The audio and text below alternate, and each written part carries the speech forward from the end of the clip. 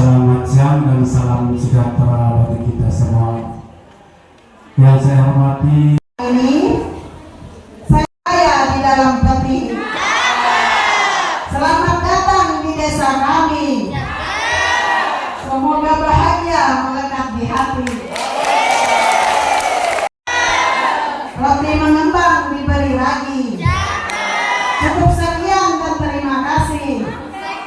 Semoga esok berjumpa lagi. Cukup sekian sambutan dari saya. Kurang dan lebihnya saya mohon maaf. Wabillahi taufiq wal hidayah. Wassalamualaikum warahmatullahi wabarakatuh.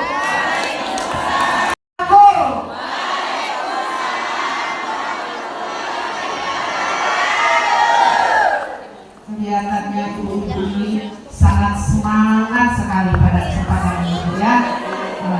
Walaupun jalannya kata Bapak Kades tadi masih kurang memuaskan, tetapi tidak menyurutkan semangat kita untuk datang ke Desa Tiwe. Dan juga walaupun tadi Pak Kades ya, kami itu kelewatan Pak, lupa sekarang desanya. Saya bilang sama anggota tadi, enggak apa-apa sekali-sekali kita sesat di desa. Masa di kota terus kita sesatkan? Alhamdulillah, puji dan syukur kita panjatkan kehadiran Tuhan Yang Maha Esa, yang mana pada hari ini kita dapat berhadir di tempat ini dalam rangka kegiatan rutin kita setiap bulan, yaitu rakor ya. Yang saya hormati Bapak Kepala Desa beserta seluruh perangkatnya, yang saya hormati Ibu Ketua Tim Penggerak PKK Desa Tiwe beserta seluruh anggotanya, yang saya hormati Ibu Ketua Tim Penggerak PKK Desa beserta anggotanya se-Kecamatan Long Ikis, dan yang saya banggakan, yang saya sayangi, ibu-ibu tim penggerak PKK Kecamatan Long Ikis. Dari salam terlupa pula kita haturkan kepada junjungan kita Nabi Muhammad SAW, yang mana syafaatnya selalu kita nantikan di yaumul akhir nanti. Ibu-ibu yang berbahagia, yang cantik-cantik, kata Bapak Kades tadi ya, sudah pasti Pak kami cantik karena perempuan. Kalau laki-laki kan gak mungkin. Tapi di sini ada Bapak Kades yang paling ganteng, karena Bapak Kades sendiri di sini ya, laki sendiri. Nah Bu, saya ingin menyampaikan Bu, perihal banyak yang menanyakan kepada saya masalah dana dasawisma yang 5 juta yang sudah mengumpulkan proposal ya. Saya merasa kurang nyaman Bu, ditanya terus seolah-olah saya yang punya hutang Bu ya. Jadi mohon maaf Bu ya, kemarin pada saat kami pertemuan dengan Ibu Sinta, saya langsung menanyakan perihal proposal bantuan dasawisma yang katanya 5 juta Bu ya. Nah itu Bu tidak berupa uang, tapi berupa barang Bu ya. Jadi namanya kita mengajukan proposal Bu ya, belum tentu kita mendapatkan. Jangan sampai ada pinjaman-pinjaman karena dengar mau dapat bantuan 5 juta tadi Bu. Kita kan hanya mengajukan proposal. Nanti kan proposal kita dilihat proposal yang mana yang penting untuk diberikan. Nah karena dinas PMD itu tidak berani kalau memberikan berupa uang ya, tetapi berupa barang. Jadi saya harapkan ibu-ibu semua mohon bersabar Bu ya, karena dasawisma di Kabupaten Pasir bukan hanya di Kecamatan Long Ikis, tetapi di 10 kecamatan. Nah satu kecamatan itu ratusan dasawisma Bu, berarti ribuan. Berarti kita harus sabar menanti giliran. Berdoa saja semoga kita dapat cintanya Bu ya.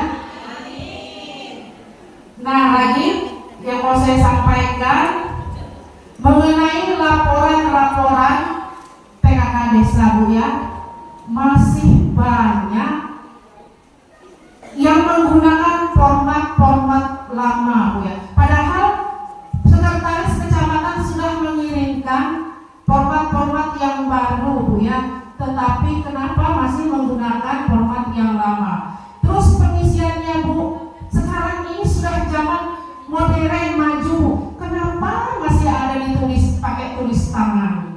Bu ya. Bahkan ada coret-coretannya. Bahkan masih banyak yang copy paste. Jangan dikira saya tidak membaca laporan Ibu sampaikan ke kami. Saya itu hampir setiap hari Bu periksa. Saya sampai pusing, saya bilang, desa ini sudah disampaikan tetapi masih saja tidak memenuhi apa yang kami harapkan. Dan bagi desa yang belum mengirimkan laporan, mohon secepatnya disampaikan kepada kami, karena kabupaten juga mendesak kami. Bagaimana kami membuat laporan kalau dari desa tidak lengkap, ya kan Bu? Nah, dan satu lagi, kami ingin memberikan solusi pada ibu-ibu. Mudah-mudahan saja ibu-ibu bisa menyetujui. Kami akan membuat file untuk menseragamkan laporan-laporan semua dari PKK sampai ke Dasawisma. Setuju Bu? Tetapi setuju Bu? Tapi saya kasih penawaran kami, nanti akan dibuatkan setiap desa harus membeli kepada kami. Setuju Bu? Kok kayaknya lemes banget. Harganya Bu 500.000 per desa. Wow. Nanti bisa dianggarkan di anggaran PKK desa masing-masing. Kalau sudah terkumpul semua, baru akan kami buatkan. Itu nanti berupa flash disk kami kasihkan, nanti Ibu tinggal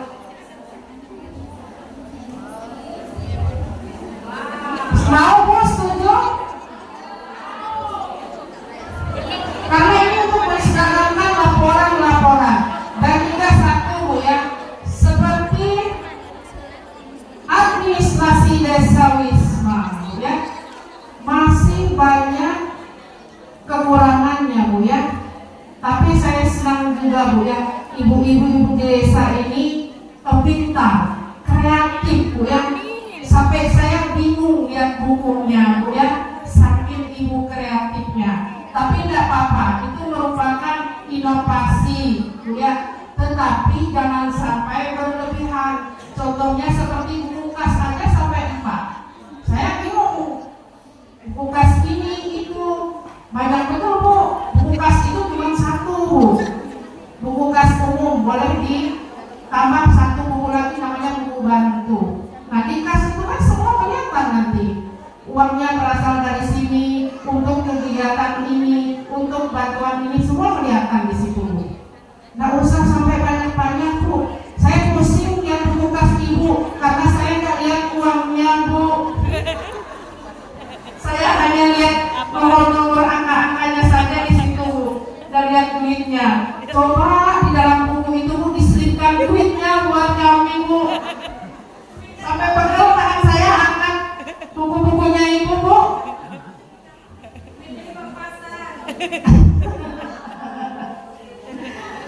Saya bilang sama tim kami kan punya tim Bu. Jadi mohon maaf juga kalau buku itu lambat kami berikan kembali karena kami harus menilainya dengan teliti Bu. Kalau tidak teliti nanti kan kasihan ibu-ibu kalau kami asal menilai saja. Ya kan Bu, nanti bisa saja ternyata bagus di sini karena kami asal-asalan yang tidak bagus, jadinya itu yang dapat juara Bu ya. Tetap semangat Bu ya. Setuju nggak Bu dengan yang 500 tadi? Hah? Itu segala format Dasawisma, format data kegiatan PKK semua, profil segala macam semua ada di file itu Bu. Jadi nanti Ibu tinggal menyalin saja. Jadi masing-masing desa harus punya itu. Nanti dirembukan dulu dengan ketuanya di desa masing-masing, dengan Pak Kadesnya masing-masing Bu ya. Karena ini penting Bu ya. Kemudian Ibu ada yang bawa buku tamu nggak hari ini? Ada Bu? Dari masing-masing desa ada nggak yang bawa buku tamu? Saya tanya Bu. Karena beberapa kali pertemuan saya lihat ibu-ibu ada yang membawa buku tamu. Buku tamu itu Bu tidak perlu dibawa karena ibu menjadi tamu seperti pada hari ini contohnya. Ibu tidak perlu bawa buku tamu, tetapi buku tamu disiapkan oleh PKK Desa Brewe karena ibu-ibu datang. Sorry, saya teringat dengan Desa Brewe. Mana Desa Brewe? Angkat tangan. Alhamdulillah hadir ya. Terus semangat Bu ya. Ke Desa Tiwe. Jadi tidak perlu membawa buku tamu. Contohnya saja Bu ya, saya bertamu ke rumah ibu. Apa saya harus membawa buku tamu? Tidak kan? Nah, seperti itu Bu ya. Jadi cukup jelas Bu ya. Kemudian apalagi yang belum ya?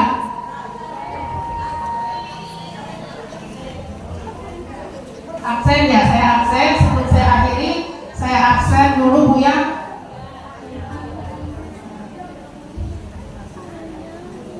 Desa Serutai Ada Bu. ada ya. Lembok ibunya sudah di depan. Brewe di belakang ya.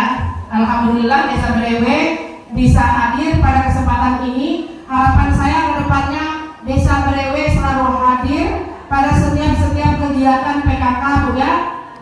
Bisa Bu? Karena ibu sudah banyak ketinggalan Bu dari desa yang lain. Harus maju Bu. Kalau bisa kalahkan semua desa yang lain Bu. Ya Bu ya. Desa Tajur, Pahit, Pahit ada nggak? Desa Pahit, Pahit nggak ada. Sawit Jaya, hadir. Segurau Jaya,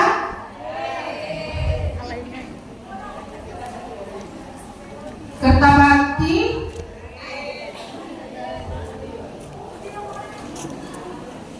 Longgelang, terlalu kalau sampai dah hadir Bu ya dekat. Tiwe, Belimbing. Nah, untung saya lihat ibu dari Belimbing tadi. Ternyata itu PKK lewat, saya bilang. Sekalinya kami kelewatan ya. Atampait. Nah, Atampait ini Bu nanti mewakili kecamatan mengikuti lomba UP2K di tingkat kabupaten. Semoga kita berhasil nanti Bu ya. Kalau bisa saya menginginkan juara umum itu kita raih kembali. Karena kemarin juara umum kita diambil sama Komang Bu. Sedih saya. Jadi untuk tahun ini semoga kita bisa mendapatkan juara umum Bu ya. Krayan Bahagia,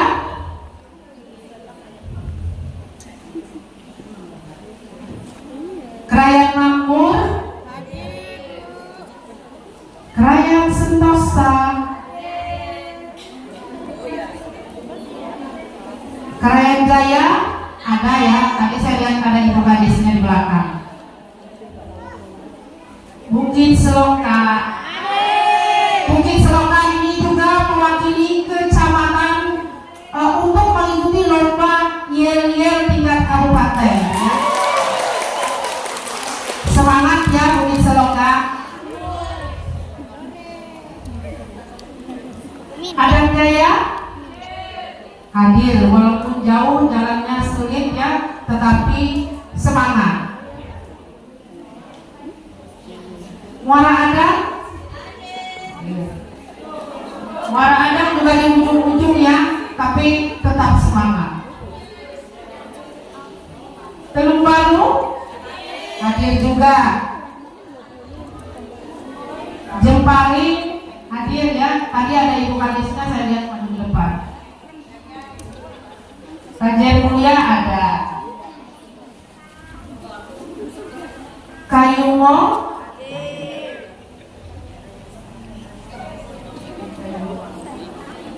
Olu. Kayumo Sari. Kelurahan Longikis. Kelurahan Longikis mana? Ada ya. Berarti dua desa yang tidak hadir pada hari ini, Pahit sama Kelurahan Longikis. Siapa lagi yang belum saya sebutkan? Desa mana yang belum? Pahit, Atang Pahit tadi ada ya? Oh ada ya. Nah mungkin itu saja untuk Desa Berewes. Harapan saya untuk berikut-berikutnya hadir Bu ya, tetap semangat, laporannya tetap saya tunggu ya. Mungkin itu aja yang dapat saya sampaikan.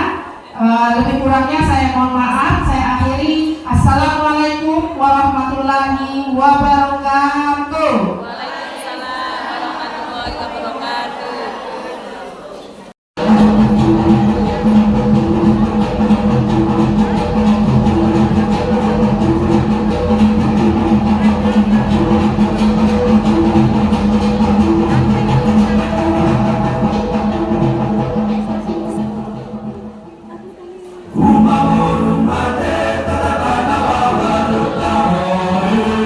Mate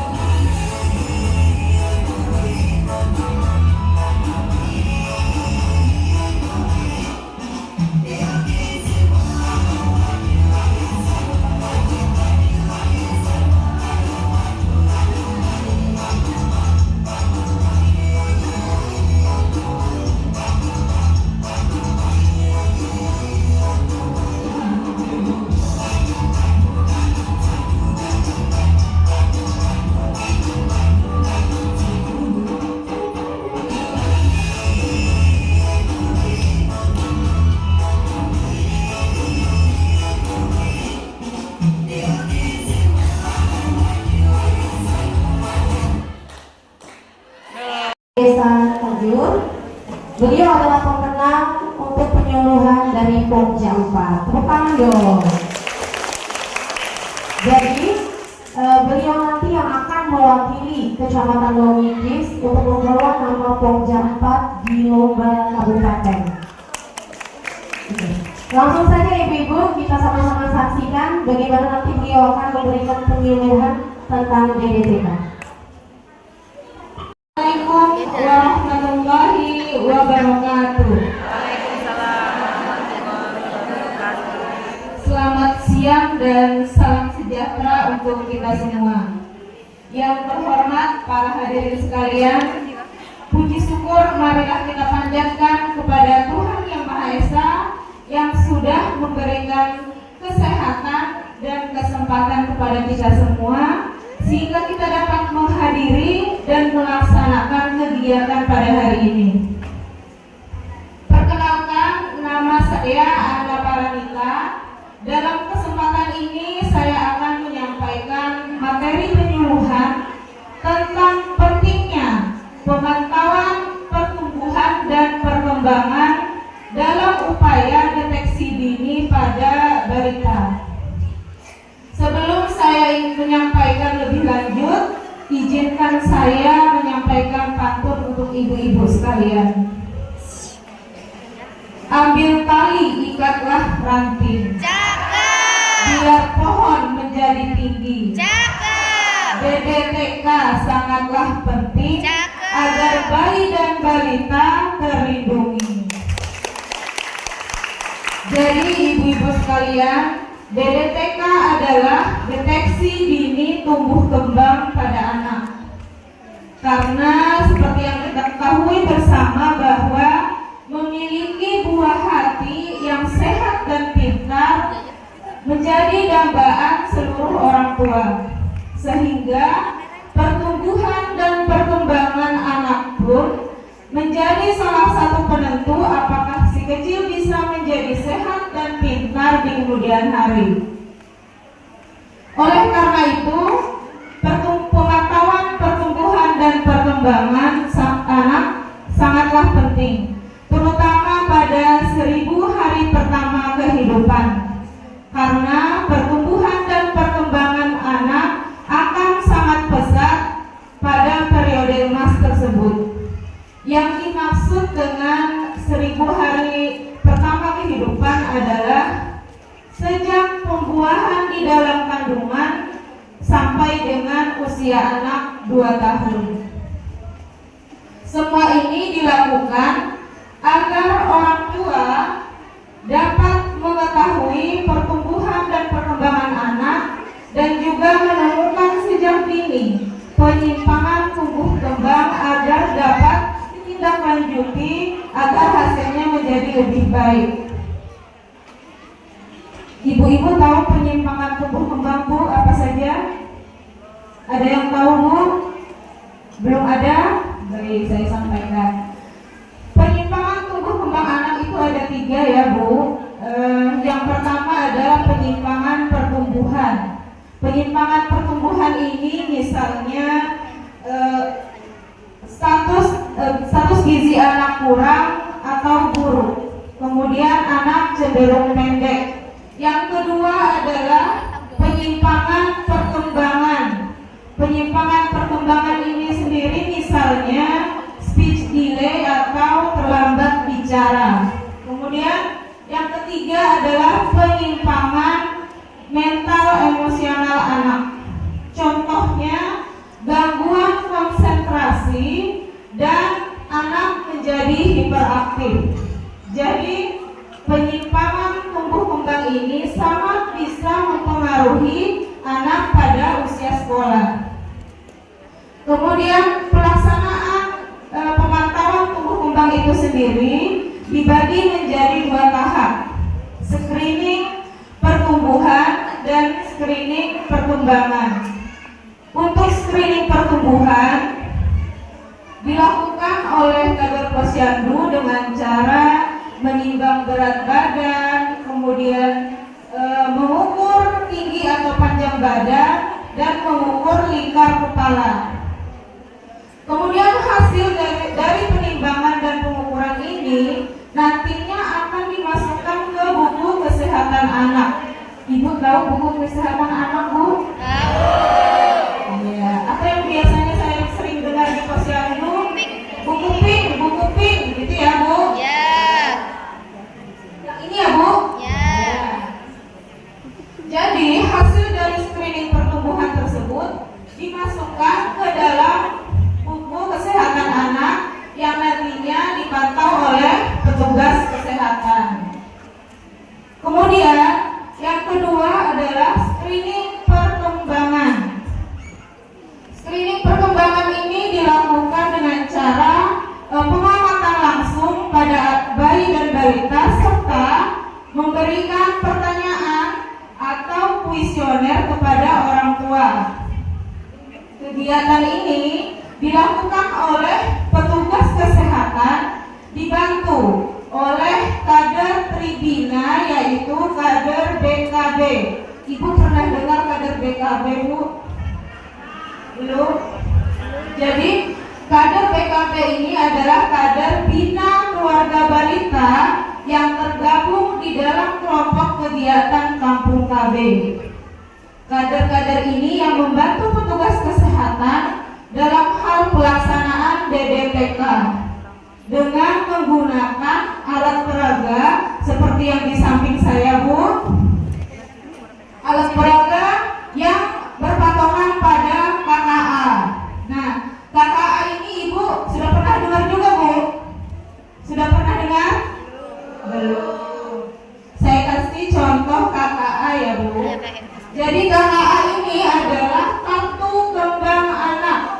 Di dalam KKA ada pertanyaan atau kuesioner yang nanti ditanyakan ke orang tua. Misalnya, saya kasih contoh singkat saja ya, Bu. Misalnya, anak ibu umur 31 bulan.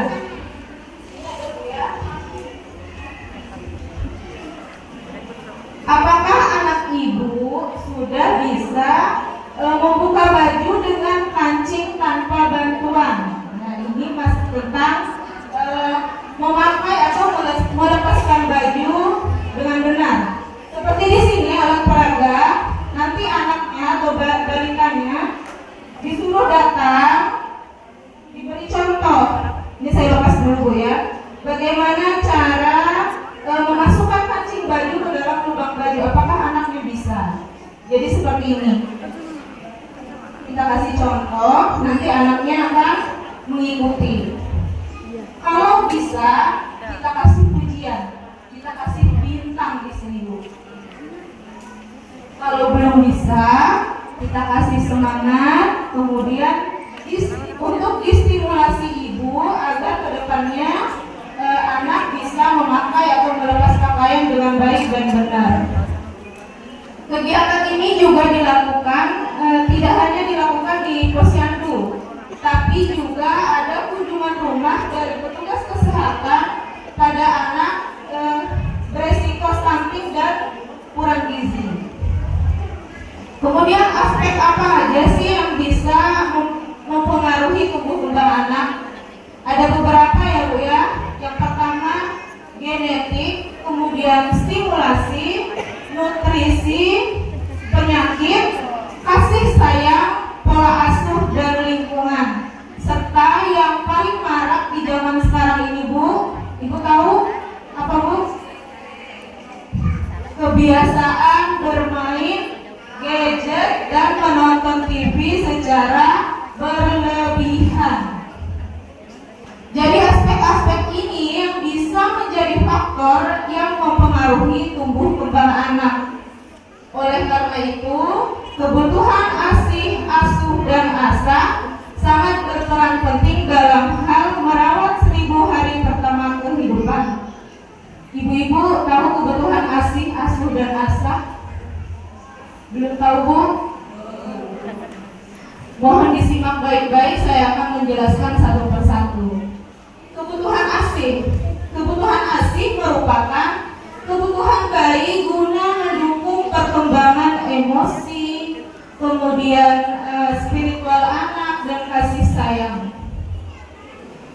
Kebutuhan ini terdiri dari kasih sayang orang tua, kemudian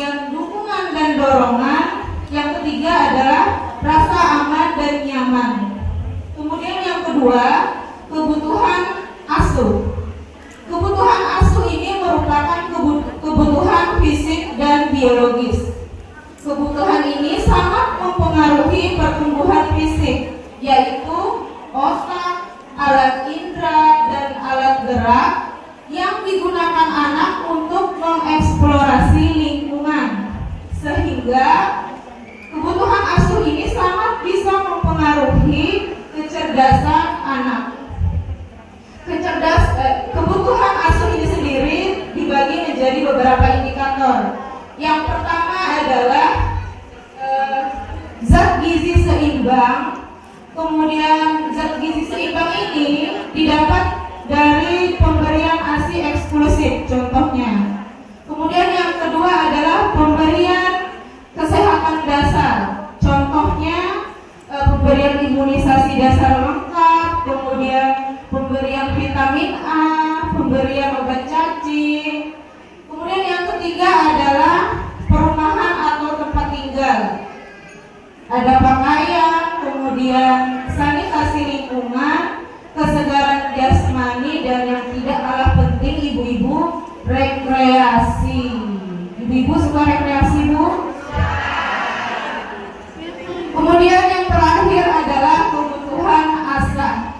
Kebutuhan asah ini disebut juga stimulasi mental secara dini. Kebutuhan asah ini merupakan awal dari proses pembelajaran, mendidik, dan merangsang perkembangan anak sedini mungkin. Kebutuhan asah ini, Bu, bisa membentuk anak memiliki kepribadian yang baik, kemudian memiliki kecerdasan dan produktivitas yang baik. Nah, ternyata kebutuhan asuh ini, Bu, sangat berperan penting menjadikan anak kita generasi yang berkualitas. Karena tumbuh kembang anak yang baik sejak dini menjadi aset mereka di masa depan. Kemudian kalau bukan kita yang memperhatikannya, lalu siapa lagi? Demikian yang dapat saya sampaikan. Terima kasih atas perhatiannya. Mohon maaf apabila terdapat kesalahan. Saya akhiri. Wassalamualaikum warahmatullahi wabarakatuh.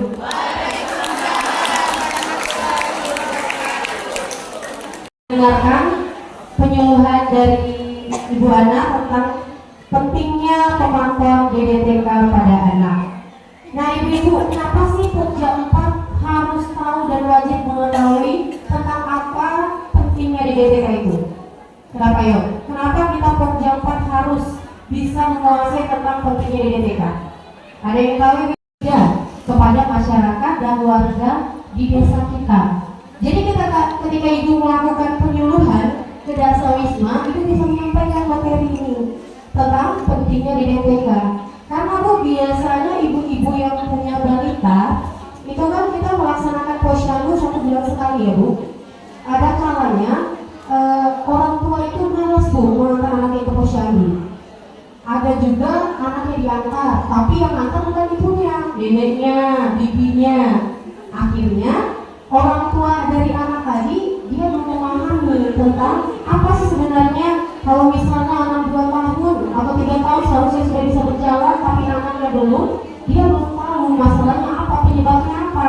Akhirnya pikirannya, diguna orang anak saya ini. Biasanya seperti itu pikiran orang-orang yang kurang paham tentang apa itu pentingnya DDTK. Jadi ibu, bagaimana tadi penyuluhannya? Menurut ibu-ibu bagus nggak? Bagus ya. Kita doakan semoga nanti di lomba HKJ di kabupaten nanti Mbak Ana bisa membawa nama Kecamatan Lowikis ya, itu yang biasa. Oke ibu, silakan yang mau bertanya. Kami beri kesempatan nanti langsung dijawab oleh Mbak Ana ya. Wabarakatuh. Selamat sore, mohon izin bertanya.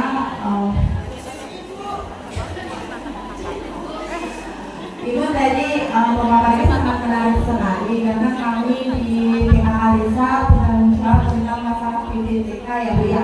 Yang ingin kami tanyakan, apabila DDTK itu dari faktor genetika Bu. Itu apakah bisa nanti akan sembuh sendiri atau ada solusi apa yang harus diberikan kami dari kader-kader ini Bu? Contohnya misalnya yang di DDK di desa kami misalnya ada beberapa itu ya, itu ada faktor penyebab seperti sama yang sudah disampaikan tadi dan datanya sudah ada, itu diberi bantuan baik melalui dari Polides yang ada, dari Posyandu, dari pemerintah desa, tetapi yang dari genetik ya, yang dari genetik itu bagaimana Bu solusinya? Karena ada yang sampai sudah di sekolah tingkat dasar Bu. Mohon maaf, terima kasih. Terima kasih. Luar biasa pertanyaannya Bu. Ada lagi? Kita kumpul dulu, kita tampung dulu Bu ya pertanyaannya. Ayo dari teman-teman yang lain yang masih mau ingin bertanya. Tapi mungkin kalau itu genetiknya apa ya kalau boleh tahu Bu?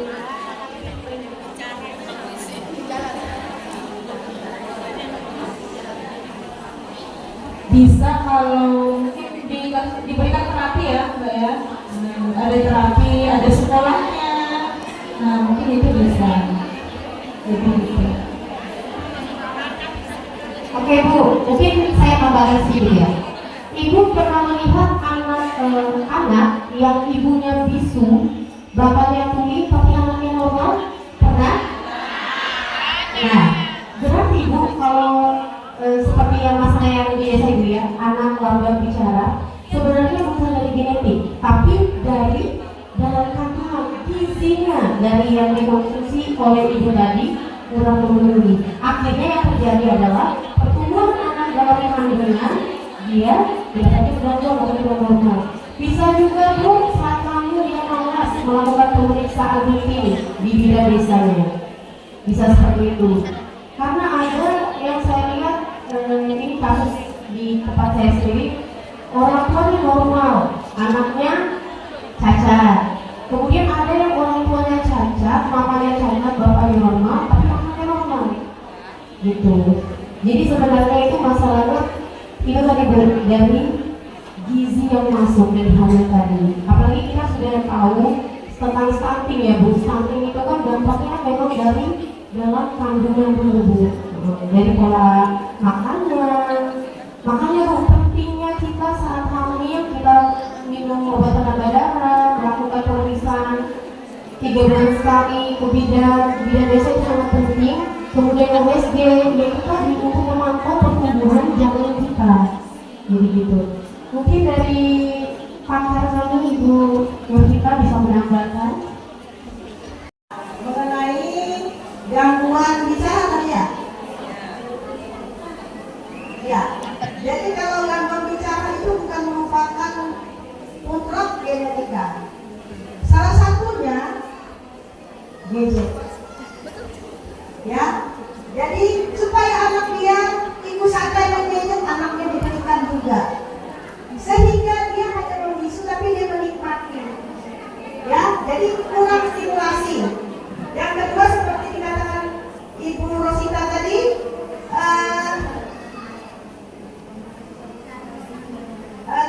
kekurangan asupan gizi itu kemungkinan. Tapi yang jelas bahasa yang karena orang tuanya terlalu tinggi anaknya belajar pertama kali bahasa bukan bahasa ibu, bahasa Inggris. Ada Bu memang kenyataannya diajari bahasa Inggris, sementara dia berteman bahasa Indonesia. Akhirnya dia paham kok kalau dibilang apa, akhirnya dia paham, tapi dia tidak bisa mengeluarkan. Ya Bu ya, jadi lingkungan. Ya Bu ya, jadi bukan genetik itu Bu. Nah kemudian yang dikatakan tadi tidak rajin memeriksakan anaknya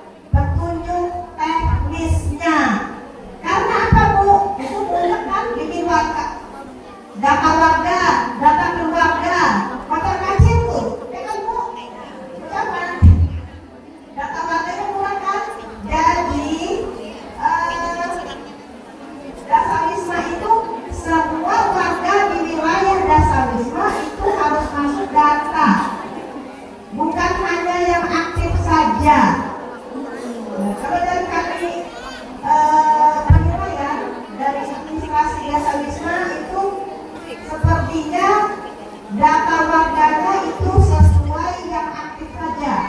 Seharusnya siapapun yang berada di wilayah Dasar Wisma harus kita buat datanya, walaupun mereka tidak ikut kegiatan. Kepanjangan harus saya jawabnya ya. Pertemuannya tadi ya. Oke, terima kasih ya Ibu sudah mau bertanya. Nah Ibu-ibu mungkin di sini saya sedikit menyampaikan tentang pertemuan kami waktu itu dengan Ibu Ketua di Grogol, Pokja 4. Ternyata Bu, ini mungkin bisa diberitakan lagi ke kader-kader Posyandu. Bahasanya kita sudah diperingatkan, khususnya kader Posyandu, tidak boleh langsung memvonis anak stunting. Ya Bu, itu kemarin waktu bulan lalu, waktu kita rapat kemarin itu Bu. Jadi kader tidak boleh langsung memvonis anak itu vonis stunting, dia pendek dia stunting. Karena apa Bu? Kejadiannya itu ada orang tuanya jadi malas dapat anaknya. Karena sakit ya Bu, hati kita orang tua mana kita langsung divonis stunting, sedangkan dokternya saja belum vonis stunting. Jadi itu ya, nanti mungkin bisa disampaikan ke kader Posyandunya. Kalaupun anaknya kurang gizi, berat badannya sudah T2, 2 bulan berturut-turut turun, tetap mungkin langsung bisa dikonsultasikan ke bidan supaya nanti bidan sendiri yang menyampaikan ke orang tuanya. Jangan kita kader ya Bu. Oke. Mungkin masih ada pertanyaan? Sudah? Baik. Itu saja mungkin yang dapat kami dari Pokja 4 sampaikan dalam kunjungan kita di desa Kiwe ini. Sekian dari saya. Mohon maaf apabila ada kata dan mungkin kata-kata yang kurang berkenan bagi ibu semua. Saya akhiri. Assalamualaikum warahmatullahi wabarakatuh. Salam sore dan salam sejahtera bagi kita semua. PKK Kabupaten direncanakan tanggal 18-19 Oktober. Akan tetapi waktu yang pasti belum diumumkan. Nah, pada kesempatan ini ada jalan santai dan senam bersama. Itu bisa dihadiri oleh ibu-ibu anggota PKK dari desa. Akan tetapi tolong dikonfirmasi kepada kami di kecamatan untuk berapa jumlah yang akan mengikutinya nanti. Karena itu berkaitan dengan konsumsi ya. Jadi tolong